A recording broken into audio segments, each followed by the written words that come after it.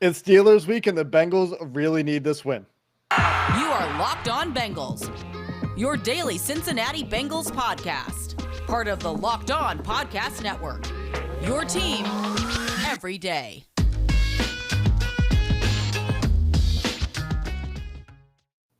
What up, Bengals fans, and welcome to another episode of the Locked On Bengals podcast. I'm your host, Jake Liscow. He's your host, James Rapien, and it's Steelers week.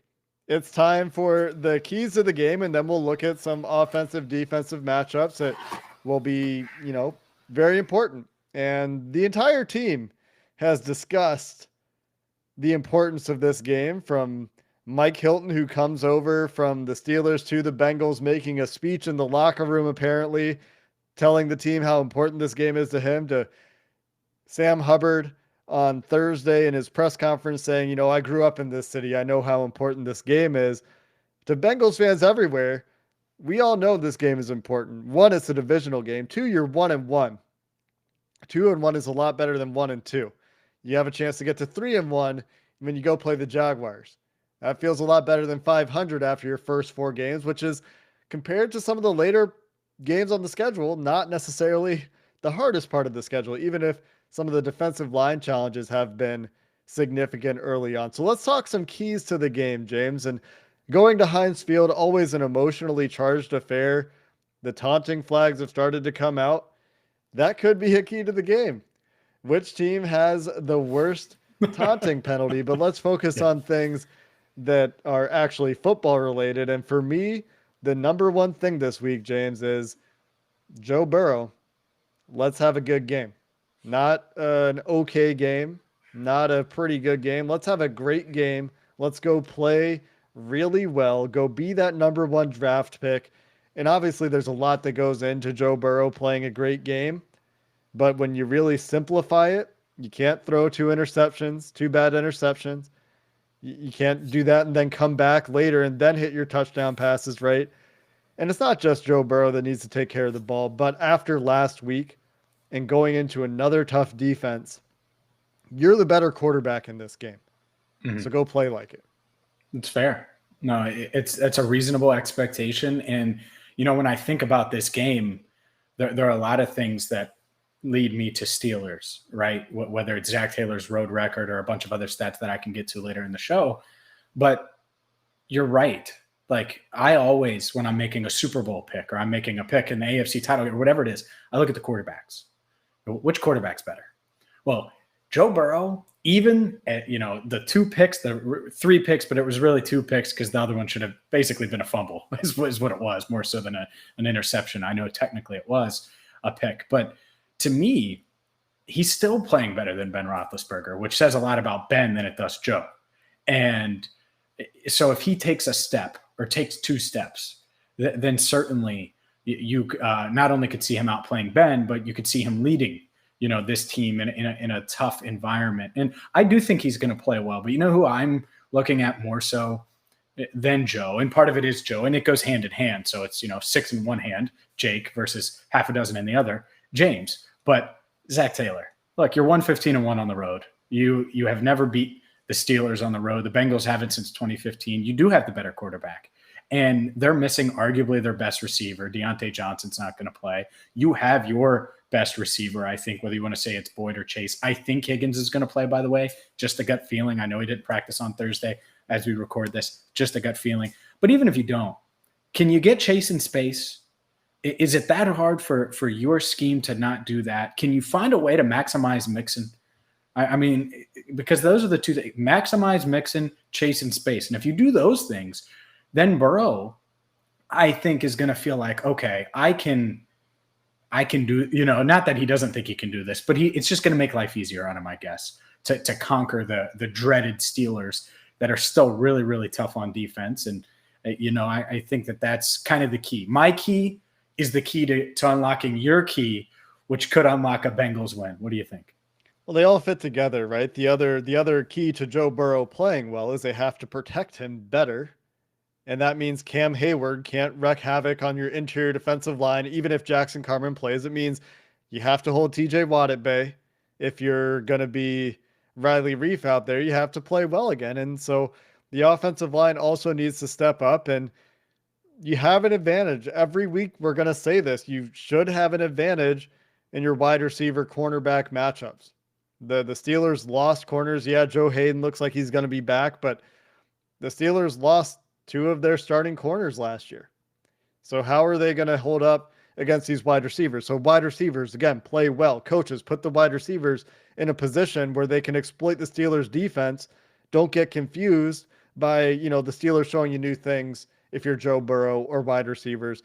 And all of this is a big task because, like you said, James, really good defense here, but the offense needs to play better. The passing offense needs to go better. Second downs need to go better. And it all comes back to protection, coaching, Joe Burrow performance.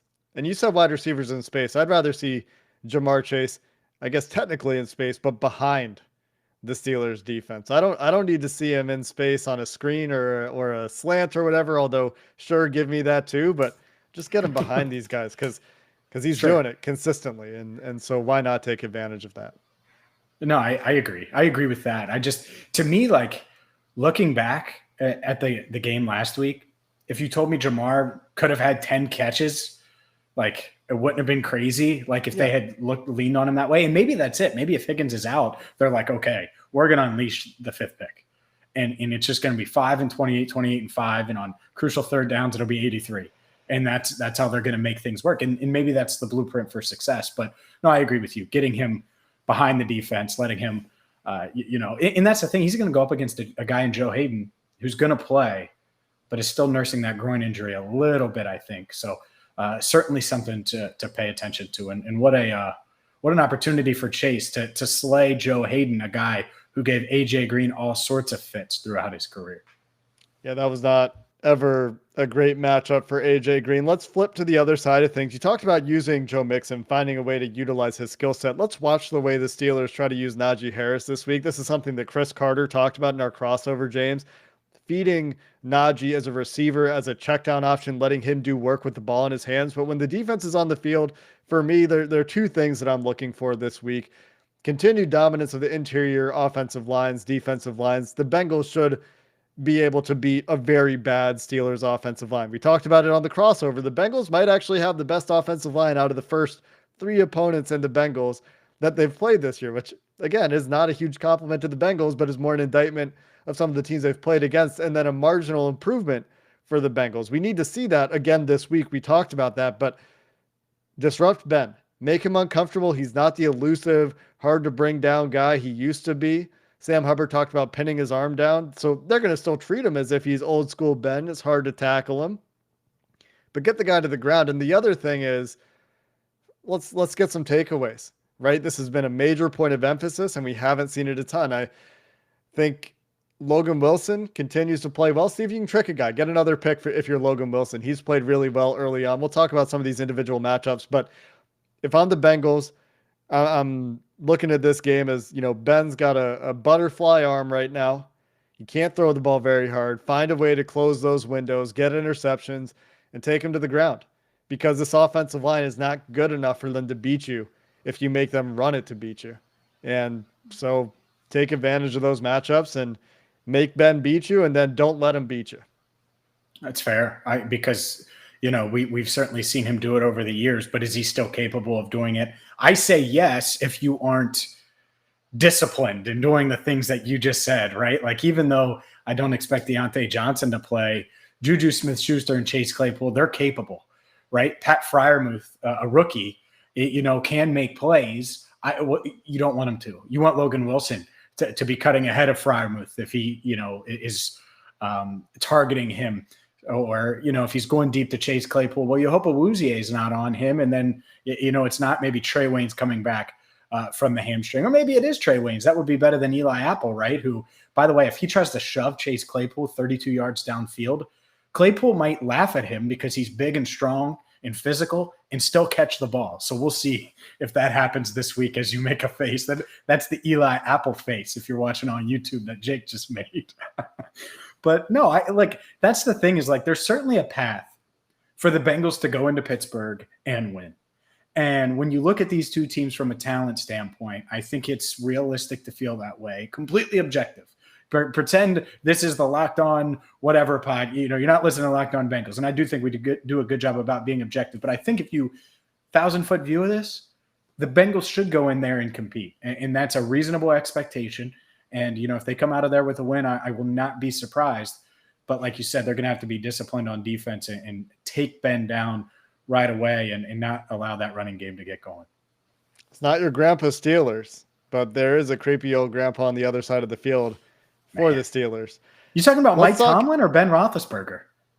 I like Mike Tomlin. He's fine. I do too. That's right. Well, he's older than some Ben. Things I have issues with. But anyway, let's talk offense. Let's get into the offense for the Bengals against this still very good Pittsburgh defense coming up next. We talk about Built Bars all the time on the Locked On Bengals podcast. And I'll tell you what, the Bengals, they got the Steelers on Sunday. And Ben Roethlisberger, how he kind of slimmed down a little bit this offseason, 38-year-old Big Ben, and he's still Big Ben. It's probably because he got on the Built Bar plan. Now, I can't confirm this, but I'm certainly not going to deny it. And all I can say is Built Bars are the number one protein bar on the planet. If you're looking to get in better shape, you need to get on the Built Bar plan. They have 9 amazing flavors, plus the occasional limited time flavor. They're covered in 100% chocolate. And Ben, if you're listening, why wouldn't you be? You're scouting the Bengals right now with the number one Bengals podcast out there.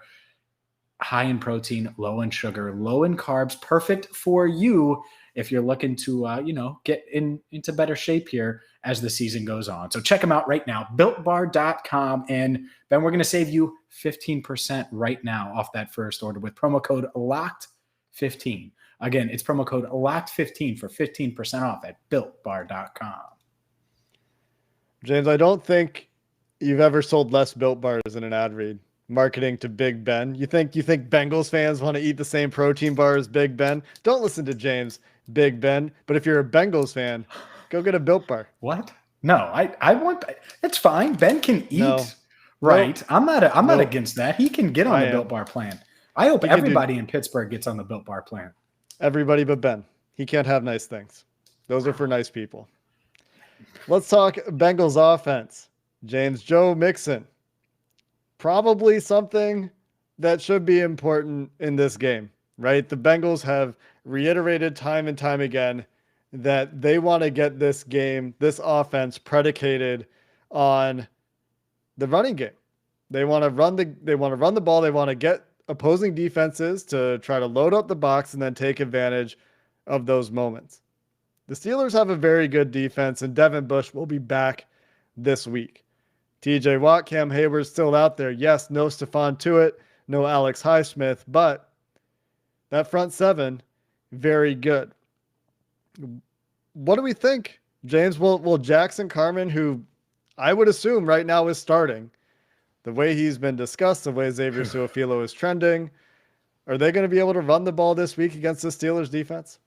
Oh, man, you certainly hope so. It's such a huge part of this, right? A part of getting Burrow going is getting Joe Mixon going. And first, let's start with Xavier Su'a-Filo. As we record this on Thursday night, he did not practice on Thursday. I did get some video of him and watched him pretty closely on the rehab field. Had a big, bulky knee brace on, and I don't think he's going to play. And especially with the Thursday night game looming, whether or not they take that into consideration, who knows? I think you do. Especially when you're not rushing him back. So, yeah, I think it's going to be Jackson Carman. And from a run game standpoint, shouldn't he be better than Xavier Su'a-Filo? Like, is it weird that my expectations will be there? Like, I get it. Because my concern about Jackson is protection and communication on the road. But from a physical standpoint, an athleticism standpoint, a getting out in this wide zone run scheme, like, I think Carman's an upgrade from Su'a-Filo in those areas. So, yeah, I certainly think they can get the run game going. And when you look at Mixon's numbers, he's gotten going against the Steelers in the past some. And I wouldn't be shocked at all if he averages, 4 to 4.5 a pop and is at least respectable on Sunday. Obviously, that just needs to be the start of things for the passing game, though, if they're going to get a win. And the important thing is that you can run well situationally. The stats for running game, much less important to me about does Joe Mixon convert a 3rd and 3 when he has to, a 2nd and 3 when he has to? Is he running for 5 yards on first down instead of 3 yards on first down? Is he avoiding the negative carries And a lot of that is to do with the offensive line. One really interesting point you just made me think of, James, is you look back against the Bears last week when the Bengals did go silent count. It was Xavier Su'a-Filo signaling the snap. It was the right guard. It was not Quentin Spain. So if it's Jackson Carman out there and they have to go silent count, which they almost certainly will in Pittsburgh, that's something to watch. Yeah, I don't think it'll be Jackson then, right? It's going to have to be Quentin Spain. It's going to have to be something like, because you're really going to do that? You're going to say, hey, Rook, come on down. I wouldn't be doing it. I just, that's a lot of pressure. You know what I want to say to Jackson Carman? Hey, Rook, go block this guy and do that. And let's simplify things as much as possible for him. And if you can do that and you come out relatively clean, he's not going to be perfect, but relatively clean, then you take it. And because look, if Jackson Carman gets the start, you just don't want him to kill you. You don't want him to struggle so much that it wrecks your offense, that it wrecks your game plan, that it wrecks those critical downs, like you said, 3rd and 3. You don't want him just getting blown up and Mixon getting stuffed. And as long as he does that aspect of it, I would take that right now and not roll the dice. You know what's interesting is I think the way you just talked about Jackson Carman just speaks to the Bengals' lack of success with developing offensive linemen lately. Like you think about, like the way you're talking about Jackson Carman is the way that I think about Cedric Ogbuehi. Like just don't ruin the game this week, Cedric. Just don't ruin the game this week, Bobby Hart. And maybe that's not fair to Jackson Carman, right? We haven't seen him for 3 weeks. I mean, you've seen him at the beginning of practices. You can't, I'm sure you would admit, you can't really see anything in those periods of the practice. So who knows? Maybe he comes out and has a nice game, right? I mean, very, very tough competition, very hostile environment, but I just want to throw that out there, right? Like he doesn't have to be like every other Bengals rookie, but he needs to be good. He needs to be at least okay. Can't be falling down trying to pick up stunts the way Xavier Su'a-Filo did, and he did have some physical struggles, and maybe that's the injury, but needs to be at least okay. Yeah, he does. And if he's not, I wonder how short his leash is, and I wonder how quick they will put in a Diontae Smith, right? Or yeah, so I wonder if Diontae is getting reps. I mean, he must be this week, right? Like he must be the backup right guard. You'd have to put him there. And we didn't see him there at camp, and he hasn't been active the first 2 weeks. And like you said, we're there for the first 30 minutes of practice, which is stretching and a little bit of cardio, man. It's not that intense. So it's one of those things where we don't know. And would this shock you? Would it shock you if Smith jogged out there and was the starting right guard on Sunday? I don't think it's going to happen. But how big of a surprise would that be? That'd be a huge surprise. He's not been active. I mean, that's why. Like, if they've made Carman active the last 2 weeks and then Diontae Smith starts, like, what are they doing? That would be pretty crazy. It would be crazy. I agree because he's one play away from being in the field the first 2 weeks. So why would he have been active if you don't believe in him? Okay. Yeah, and Xavier Su'a-Filo got hurt, right? Like he could, and why didn't he get in the game last week? That's another question. Maybe we'll get an answer this week. I hope not. Let's look a little bit more at this Steelers defense. Minkah Fitzpatrick is a guy that's been much discussed. Did you know that Minkah Fitzpatrick is the worst graded safety in the NFL right now by PFF through 2 games? I did not. I did not. I would have lost that bet. 78 out of 78. His coverage grade is a 28.8. He must have had a really rough week, and I haven't had time to go watch the Steelers game, but he's a good player. The other safety is not so good. He must have given up the touchdown to Henry Ruggs or something, right? That deep ball. Like, because how else? And Ruggs was alone. So who knows? But why would his grade be that low? Here's what I know. He's capable of pick sixing it and stripping it. And, so these guys got to be very aware of Minkah. There aren't many football players, especially safeties, where you say one name and you know who they are. Minkah is one of them. I think Devin Bush, as Chris Carter pointed out yesterday, is another one. He's come a long way as a cover backer. He really looks like he's going to be a good linebacker in the NFL. And Joe Burrow just had issues with another really good linebacker in the NFL in Roquan Smith last week. So he's got to be ready for another athletic, good cover linebacker in Devin Bush this week. Can't make those mistakes in the middle of the field again. And he's really got to start finding more success in the middle of the field. I know there's been some, but that is one way that he can continue to take a leap. The other question for this game, James, is can the Pittsburgh offense do anything? The worst offense in the NFL, according to PFF's ELO rankings. We'll get into the Bengals defensive matchup with the Pittsburgh Steelers offense coming up next. Going to tell you guys about Run Your Pool. We've done this forever, right? I know I have. I'm in a survivor pool, or you're in some kind of different pool at the office. And whether you're still working from home or you're back in person at the office, you need to check out runyourpool.com. It's the number one spot to create a custom pool. It makes it completely easy. It takes all the responsibility that comes with running something like that off your plate. They handle it for you. Plus you get all the fun of being in a pool and, potentially winning a little money on the side. Run Your Pool hosts formats for the NFL, for college football. So if you're a Bearcats fan too, like me, you see the helmet. If you're watching on YouTube, then you can do a pool that way as well. So it's not too late to start a pick'em pool. It's not too late to start a survivor pool. You can start it right now at runyourpool.com. So check them out today and you're going to get $10 off. We always talk about free money on Locked On Bengals at runyourpool.com/lockedon, or use our promo code LOCKEDON at checkout anywhere, everywhere in the world, from Jake in Canada to me in Cincinnati. Do not miss out. runyourpool.com/lockedon and have your pool up and running in minutes. runyourpool.com/lockedon. After you're done at runyourpool.com/lockedon, head on over to betonline.ag, your number one spot for all of the pro and college football action this season, as all eyes are on the gridiron. Number one sport in America. You listen to this podcast, you love football, and well, so do most people. And with a new updated site and interface, even more odds, props, and contests than before, betonline.ag continues to be your number one source for everything football. Head on over to the website right now. Sign up today. You'll get a 100% welcome bonus. That's double your initial deposit just for signing up when you use promo code NFL100. BetOnline is the fastest and easiest way to bet on all your favorite sports, so go check out all their amazing offers at BetOnline, your online sportsbook experts. All right, James, let's get into this Pittsburgh offense. I don't really know what this Pittsburgh offense is meant to be right now. They've got Juju Smith-Schuster, who is a fine but not excellent slot receiver, although he's very young and could still have some upside, I guess. Maybe do you like that Corvette song? What song? Never heard of it. Corvette song that he dances to.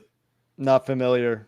Is that something that he made popular? Because that will be why I wouldn't know about it, probably, because I have just so much disdain for John David Smith-Schuster. So much so that for a while I refused to call him by his nickname. And it's kind of disrespectful. His grandma gave him the nickname, and that's fair. I'm not going to try to get in between him and his family, but John David Smith-Schuster is much too busy with TikTok. Chase Claypool, you mentioned. I have to hear him on the radio up here in Canada.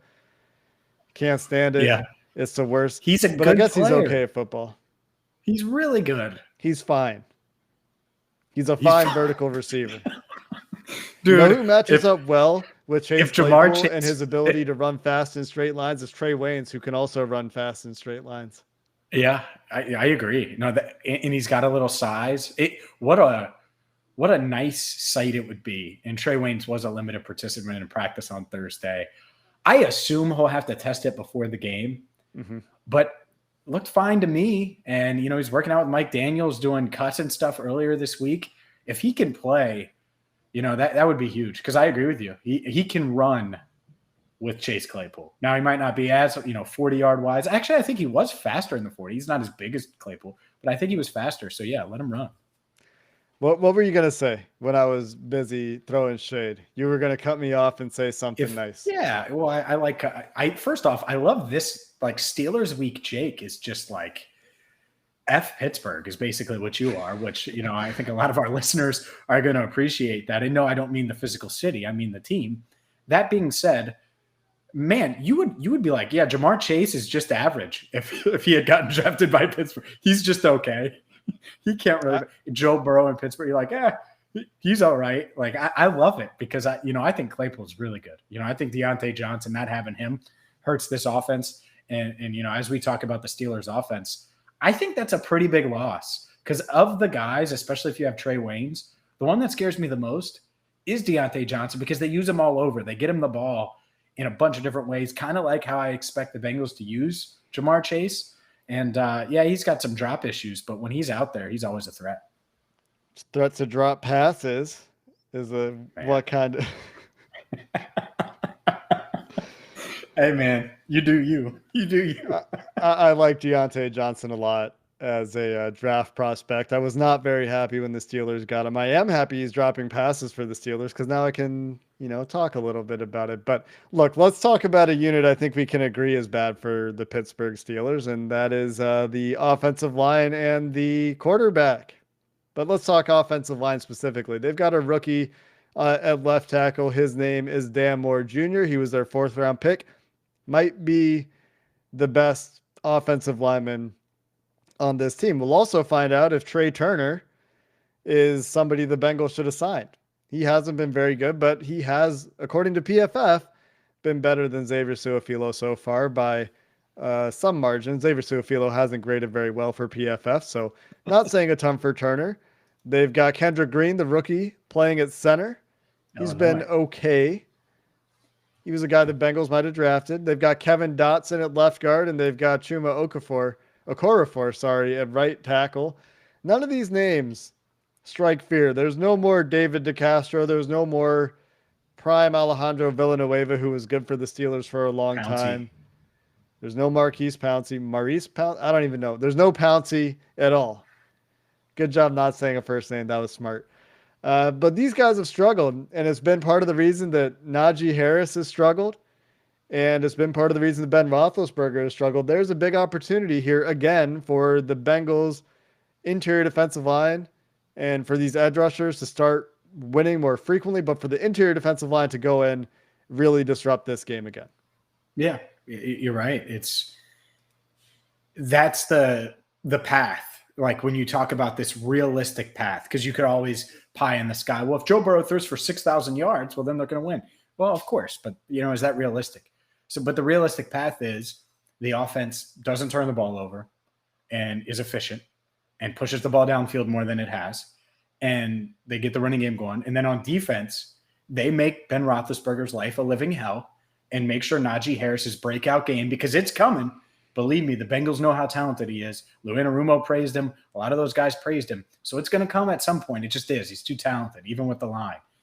You just make sure it doesn't happen this week. And if that happens and you're getting heat on Big Ben and Harris isn't, getting going, he's averaging 3 yards a clip, and you have an early lead and you make Ben throw it and you're pressuring him, well, guess what? He's going to throw you the ball. Jesse Bates will have a pick, or Awuzie will have a pick. Trey Waynes maybe. Could you imagine how fun that would be to see Trey Waynes out there and make a pick? Maybe it is pie in the sky now with what I'm saying. But my point is man, look at you laughing. But my point is the fact that that's the path.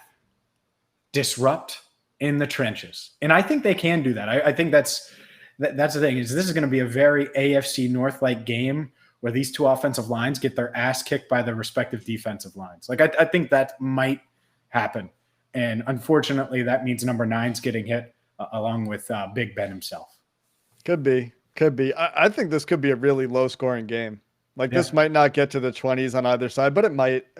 Who knows with these things? Last time I thought 12 to 10. There was going to be a shootout. Yeah, last time I thought there was going to be a shootout, I think it was a low-scoring game. Last time I thought it might be a first to 14 wins. I think there were 30 points scored by each team. So these things are very hard to predict. And that's why we watch the games. That's why we love the NFL, right? But the Bengals front seven should be good in this game. Look at Dalvin Cook, right? Bottled up against the Bengals, over 100 the next week. David Montgomery, over 100, bottled up by the Bengals. So the Bengals, if they can't control Najee Harris in this offensive line, that would be just so historic Bengals Steelers. That would tell you that nothing has changed, right? That means you're still getting bullied by this team that's bullied you for 20 years. And even with DJ Reader and Larry Ogunjobi and Josh Tupou and BJ Hill, who have been fantastic, you still can't do it. And I expect them to do it, especially with Logan Wilson playing really well so far this year. Jermaine Pratt playing pretty well, especially in run defense so far this year. Von Bell playing really pretty well in the box as a box safety this year. So there's a lot of ways that I think the Bengals can control this game. Mike Hilton, how many sacks? I'd like to see Mike Hilton get a couple sacks, a couple free runner sacks on Big Ben. That'd be fun, right? And that familiarity and that Mike Hilton matchup is going to be really fun to watch, actually. Just speaking of individual players here real quick before we get out of here. Mike Hilton went up against Juju Smith-Schuster a lot and has a chance to do it again, has a chance to try to catch Ben off guard and give all that juicy knowledge about the Steelers defense and about Ben Roethlisberger's tendencies and all this stuff to his new team. And I mean, they have to execute. It has to get done on the field, but that's something I'm going to be hopefully enjoying watching as well as Mike Hilton revenge game, you know? Yeah, absolutely. And I certainly think that could be in the cards. It's realistic. And that's kind of what it's a good point to end here is like, I think it's realistic to expect not only a competitive team or competitive outing, but for this defense, this offense, this team to go out there and bring it to the Steelers. They have the talent to do that. And here's my concern. And do you care? Do you have anything else to say before I get into the prediction? Because I'm going to roll right into it. Yeah, no, let's do it. Okay. To me, the talent isn't what I'm worried about. I think Burrow's better than Ben. Mixon's comparable to Harris. The defensive and offensive lines, strengths and weaknesses, but they're comparable on both sides. Secondaries, they both have elite safeties, right? Logan Wilson playing like a high-level linebacker. I'm not saying, he's better than Bush, but still, it's something. Yeah, it's like, okay, well, it's comparable. But the edge is coaching. And I said last week was a must-win because I didn't want Zac Taylor to have to go into this game like, man, I better – because if they're 2-0, it's not – this doesn't feel like a must-win. But now, man, you want to get this city excited with Jake Liscow in town next week and Joe Goodberry and everybody that are going to come see us at the Blind Pig on Wednesday night. You want them excited for that Thursday night game? Well, guess what, Jake Liscow? Now you got to go to Pittsburgh and win, a place where the Bengals haven't won since 2015. You're 1-15-1 in the division or on the road. You're 2-10 in the division since you took over. So this is on Zach. And until Zach shows me that he can do that and go on the road and outcoach Mike Tomlin, then I don't know if I can buy into it. It's not just Mike Tomlin, by the way. It's this division. I mean, there's not a bad coach in this division. There's not a bad quarterback, maybe, I guess, Ben, at this stage, bad quarterback in this division. So it's tough. I know it's easier said than done. But ultimately, I just think that there's going to be a gaffe. There's going to be a miscue. There's going to be a couple things. The Jackson Carman thing worries me. We'll see about Tee Higgins. I have the Steelers taking down the Bengals 23-20. I hope I'm wrong for us because a victory pod on Sunday, because I'm going to be at the game at Heinz Field, would be a lot of fun to record at Heinz Field, right? Or as I'm making my way back or however. Until I see it, why would I pick against 1-15-1? I felt like a doofus after that Chicago game. And so this same team is supposed to go on the road from Chicago, a team I think they should have beat, and beat this Steelers team with their pedigree and the history. It's too tough for me to pick. So I'm going to say 23-20 Steelers.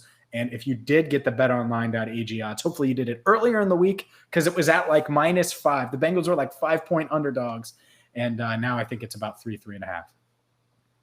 I see this the same as I saw Minnesota. I think this is a winnable game. Dude, I don't know that I think they will win, but it's a winnable game. I mean, they did manage to outcoach Mike Tomlin's coaching staff last year with Ryan Finley at quarterback. Let us not forget. Paul Brown Stadium.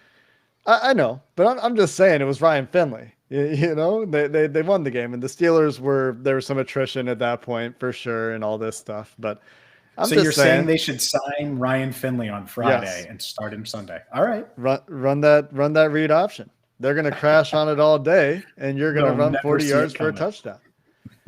Never see it coming. Can't get them twice. Again, I see this as a winnable game. TJ Watt is going to be a big factor. We've hardly talked about him. He's coming off the groin injury. He's going to play. He's probably going to be a problem.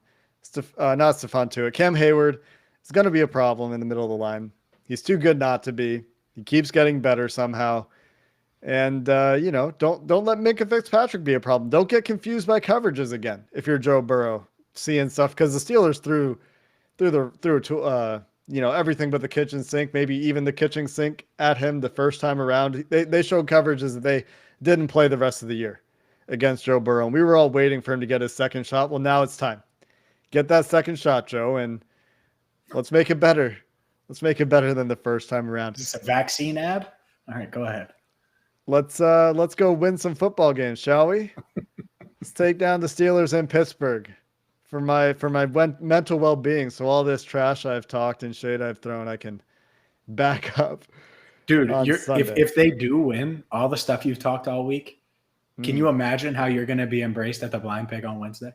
It'll be I'll great. feel great about it. I'll feel great about it. You might get picked up. You might be on people's shoulders. You might be the Evan McPherson week 1 treatment. No, I don't know, man. I don't know about all that. Let's wrap up here, James. The next time you hear from us will be after the game on Sunday. James will be coming to you from Heinz Field. I'll be coming to you from my home here on the west coast of Canada. Until next time, Bengals fans, hoo day, and have a good one.